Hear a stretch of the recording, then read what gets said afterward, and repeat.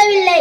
எப்போது என்னை மராட்டிய மண்ணில் ஒடுக்கப்பட்டவன் என்று சாக்குப்பையில் தரையில் அமர்ந்து படிக்க வைத்தார்களோ அதே மண்ணில் அந்த நிலையை மாற்றி எனக்கான ஒரு சிலையை வைக்கும் அளவிற்கு நான் கல்வியால் உயர்ந்தேன்.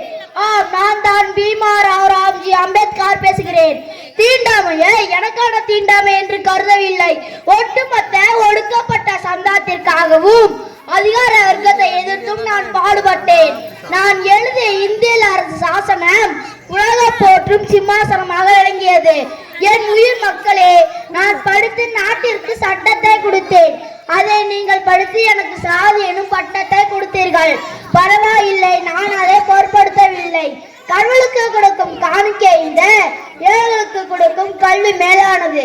ஆகையால் சக உறவுகளுக்கு கல்வியை கற்றுக் கொடுங்கள். நம் பணம் பட்டம் பதவிக்காக நாம் போராடவில்லை. நம் வாழ்வின் அடிப்படை உரிமைக்காகவும் நல்ல மனிதர்களாக வாழ்வதற்காகவே போராடுகிறோம்.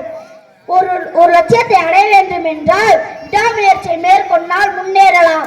எனக்கு 3 தெய்வங்கள். முதல் தெய்வம் அறிவு, 2வது சுய மரியாதை, 3வது நன்னடத்தை. வெற்றியோ தோல்வியோ எதுக்காக இருப்பினும் கடமையை செய்வோம். ஒருவர் பாராட்டினாலும் பாராட்ட விட்டாலும் கவலை வேண்டாம். நம் திறமையும் நேர்மையும் வெளிவரும்போது கடவுளே நம்மளை பாராட்ட தொடங்குவார். ஆகவே பலிபீடத்தில் வெட்டப்படுவது ஆடுகள் மட்டுமே, சிறுத்தைகள் அல்ல. நீங்கள் சிறுத்தைகளாக இருங்கள். நன்றி.